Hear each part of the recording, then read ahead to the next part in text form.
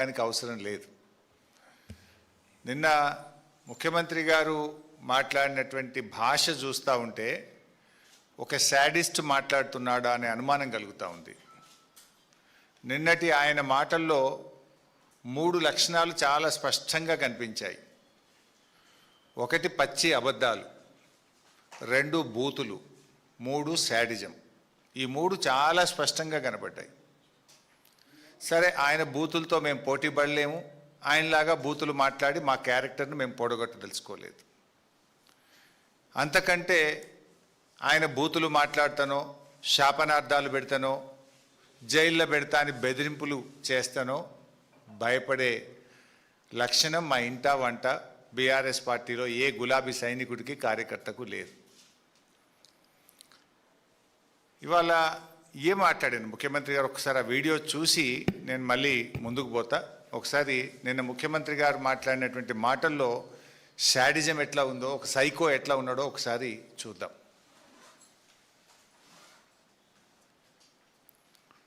దాంట్లో దిగమను, దూకమను, రాయి కట్టుకొని దూకమను, శని పోతుంది. ఎందుకంటే ఇట్లాంటి పాపాలు చేసి ఇంకా ఎక్కువైనాయి. వీళ్ళిద్దరికి బెల్ట్ ట్రీట్మెంట్ ఇస్తే కానీ దారిలో పడరు. వాళ్ళిద్దరికి బెల్ట్ ట్రీట్మెంట్ అవసరం ఉన్నది. ఏమున్నది, వీళ్ళని కోసి రక్తం చల్లితే పంటల మీద అదే పండుతుంది. ఎందుకంటే వీళ్ళ బలుపు కొవ్వు చూసింది కదా. రైతుల పంట పొలాల్లో నీళ్లు బారించండి ముఖ్యమంత్రి గారు అంటే మా రక్తాన్ని బారిస్తా అని రేవంత్ రెడ్డి గారు మాట్లాడుతూ ఉన్నారు. ఇది ఒక ముఖ్యమంత్రి మాట్లాడాల్సిన భాషన? నీళ్లు కావాలని మేము అడిగితే రక్తం కావాలని రేవంత్ రెడ్డి అంటుండు. సార్, నీకు రక్తం కావాలంటే ఇస్తాం, దానికి కూడా మేము వెనకాడటోళ్ళం ఏం కాదు. కానీ మాకు నువ్వు నీళ్ళు ఇవ్వడానికి, ఒకవేళ మా రక్తమే నీకు నీళ్ళు ఇవ్వడానికి అడ్డమైతే ఆ రక్తం ఇవ్వడానికి కూడా మేము సిద్ధంగా ఉన్నాం. ఇప్పుడు రాజకీయాల్లో విమర్శలు సహజం. ఒక ముఖ్యమంత్రి స్థానంలో ఉండి ప్రతిపక్షాల యొక్క రక్తాన్ని పంటలపై చల్లాలి, బెల్ట్తో కొట్టాలి అని మాట్లాడడం అనేటువంటిది అత్యంత జుగుత్సాకరం. ఆయన రక్త పిపాసి మనస్తత్వానికి ఇది నిదర్శనం. నిన్న ఎక్కడ మాట్లాడిండు ఆయన? బోధి పెవిలియన్లో మాట్లాడిండు. పేరేమో బోధి పెవిలియన్. మాటలన్నీ హింసను ప్రేరేపించి హింసను తలపించేటువంటి మాటలు నిన్న ముఖ్యమంత్రి గారు మాట్లాడినారు. ఆ మధ్య చెప్పినాడు ఆయన హిట్లర్ తనకు ఆదర్శం అంటే. రేవంత్ రెడ్డి అందుకే హిట్లర్ తరహాలో ఒక హంతక భాష మాట్లాడుతూ ఉన్నాడు. కానీ ఒకటి మాత్రం నిజం, ఫైనల్గా పాపం పండినాడు హిట్లర్కు ఏ గతి పట్టిందో రేవంత్ రెడ్డి నీకు కూడా అదే గతి పడుతుంది. ఇదంతా ఆయన ప్రయత్నం ఏంది? భాష దేనికి మాట్లాడుతున్నాడు? ఎవడు మాట్లాడతాడు? ఫ్రస్ట్రేషన్లో ఉన్నటువంటి వాడు, విషయం లేనటువంటి వాడు, సమాధానం చెప్పలేనటువంటి వాడు. సమాధానం ఉంటే, విషయం ఉంటే, పరిజ్ఞానం ఉంటే, సత్తా ఉంటే విషయం మీద మాట్లాడతాడు. ఫ్రస్ట్రేషన్ కనబడుతూ ఉంది నీ లోపల. నువ్వు జారుడు బండ మీద జారిపోతా ఉన్నావు, నీకు ఓటమి తప్పదు అనేటువంటి ఒక ఫ్రస్ట్రేషన్లో ఊగిపోతా ఉన్నావు, బూతు భాష మాట్లాడుతూ ఉన్నావు. నిజంగా నీకు విషయం ఉంటే విషయంతో ఒప్పిస్తావు, మెప్పిస్తావు. విషయం లేదు కనుకనే బూతులను అందుకుంటున్నావు అనేది ఇవాళ రాష్ట్ర ప్రజలందరూ కూడా అర్థం చేసుకుంటా ఉన్నారు. ముఖ్యంగా ఇప్పుడు మీరు ఆ భాష చూసినారు, ఇంకా చాలా ఉన్నాయి. అసలు పిల్లలు చూస్తే, టీవీలు చూస్తే పిల్లలు ఖరాబ్ అయిపోతారు. ఈ భాష చూసిన తర్వాత, ఆయన నిన్న మాట్లాడినటువంటి మాటలు విన్న తర్వాత, షాబాద్లో 3 పసిపిల్లల్ని, 3 పెద్దవాళ్లను, 6గురిని గొంతు కోసి కిరాతకంగా హత్య చేసినటువంటి ఆ రాజ్కుమార్కు ఈ రేవంత్ రెడ్డికి మధ్య నాకు పెద్ద తేడా కనబడతలేదు. ఒక సైకో మనస్తత్వం, వాడొక సైకో రాజ్కుమార్. నిజంగా ఎంత సైకో అయితే నాకు దక్కని వాళ్ళు ఎవరికి దక్కద్దు అని చెప్పి ఆ 6గురిని ఎంత దారుణాతి దారుణంగా కోడిని మెడకాయ కోసినట్టు కోసి చంపినాడు. పాపం ఒక ఉన్మాదిగా వ్యవహరించినాడు.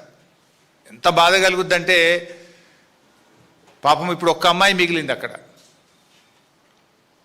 చెవులు వినబడవు, మాటలు రావు, కాళ్ళు లేవు. ఇప్పుడు ఆ అమ్మాయి పరిస్థితి ఏంటి? ఇంట్లో 6గురిని చంపేసిండు వాడు, ఒక్కటి మాత్రమే మిగిలింది. ఆ బిడ్డ, ఆ చిన్న పసిపాప, ఆమె కూడా పెళ్ళిగాని అమ్మాయి. ఇప్పుడు ఆ పిల్ల పరిస్థితి ఏంటి? ఇంత జరిగితే పక్క రాష్ట్ర ముఖ్యమంత్రి స్పందించిండు ఆ సంఘటన మీద. కానీ ఈ రాష్ట్ర ముఖ్యమంత్రికి కనీసం ఆ సంఘటన మీద స్పందించలేదు ఇప్పటిదాకా. ఒక సీనియర్ అధికారి, ఈ రాష్ట్రానికి చెందిన ఒక ఉన్నతాధికారి, పోలీస్ అధికారి నిన్న గోల్ఫ్ కోర్స్లో హైదరాబాద్ గోల్ఫ్ క్లబ్లో గోల్ఫ్ ఆడుతున్నాడు నిన్న మధ్యాహ్నం పూట.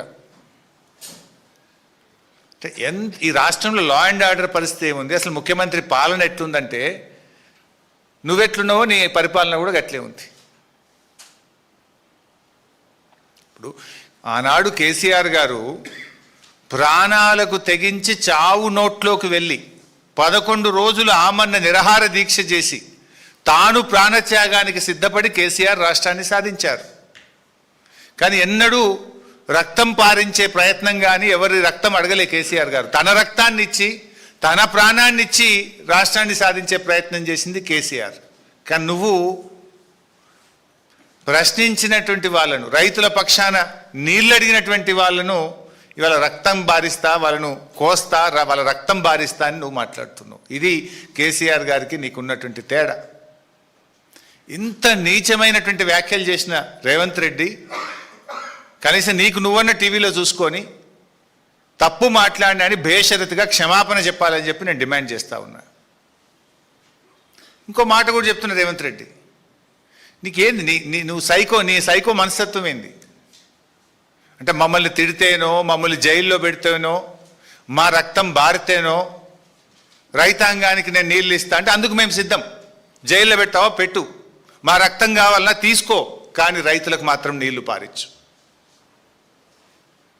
ఇప్పుడు రేవంత్ రెడ్డి నీ నోరు నీ ఇష్టం, నువ్వేమన్నా మాట్లాడుకో, కానీ నీళ్లు తెలంగాణ నీళ్ల విషయంలో నీ ఇష్టం వచ్చినట్లు చేస్తా అంటే కుదరదు. నువ్వేం మాట్లాడుతున్నావు?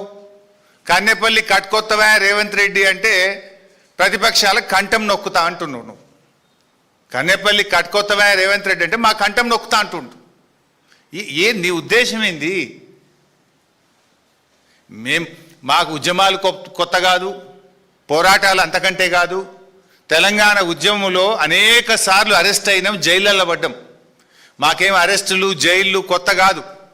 ధర్మం కోసం, న్యాయం కోసం, రాష్ట్రం కోసం ఆనాడు అరెస్టులు అయినాం, జైళ్ళల్లో పడ్డాం.